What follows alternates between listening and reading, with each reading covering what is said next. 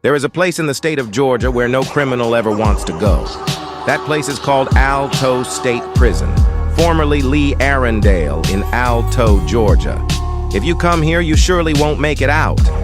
Stay tuned for Tales from the Toe.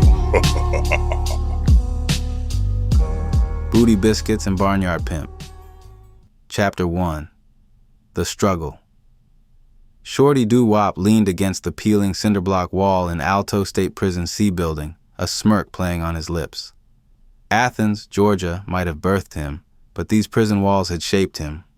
At age 32, life hadn't exactly gone according to plan. If there had ever been one to begin with, no family, no friends, no one putting money on his books.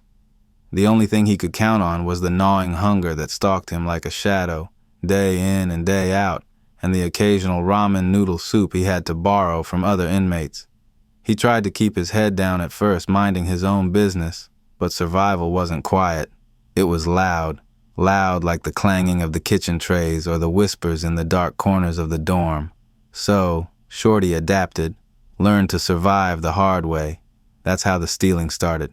Nothing big at first. A honey bun here, a packet of prison Kool-Aid there. But when you're alone in prison, people watch. And when they catch you lacking, they make sure you never forget. Chapter 2. Breaking bread, burning bridges. The first time Shorty Doo-Wop got caught stealing, it was ugly. It was by Big Modell and Lil T, two lifers over 6 feet tall with nothing to lose and everything to prove.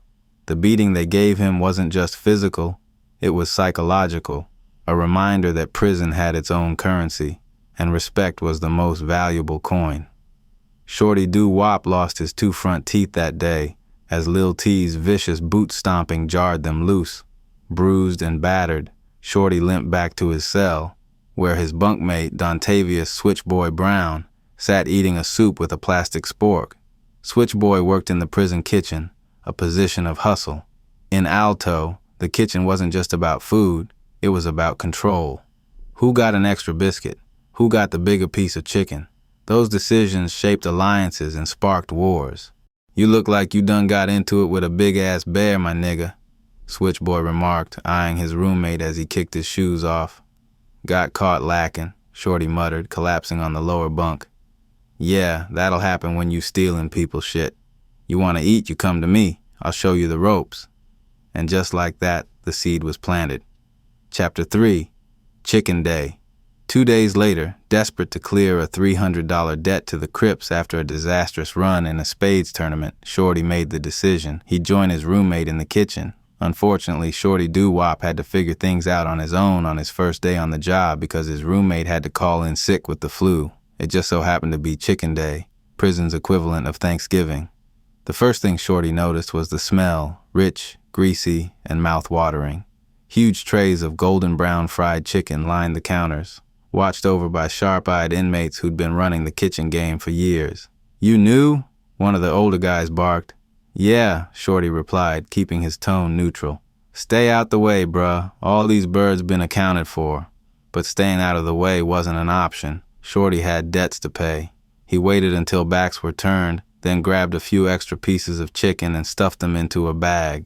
After stealing chicken for over an hour, Shorty finally got caught by a fellow inmate.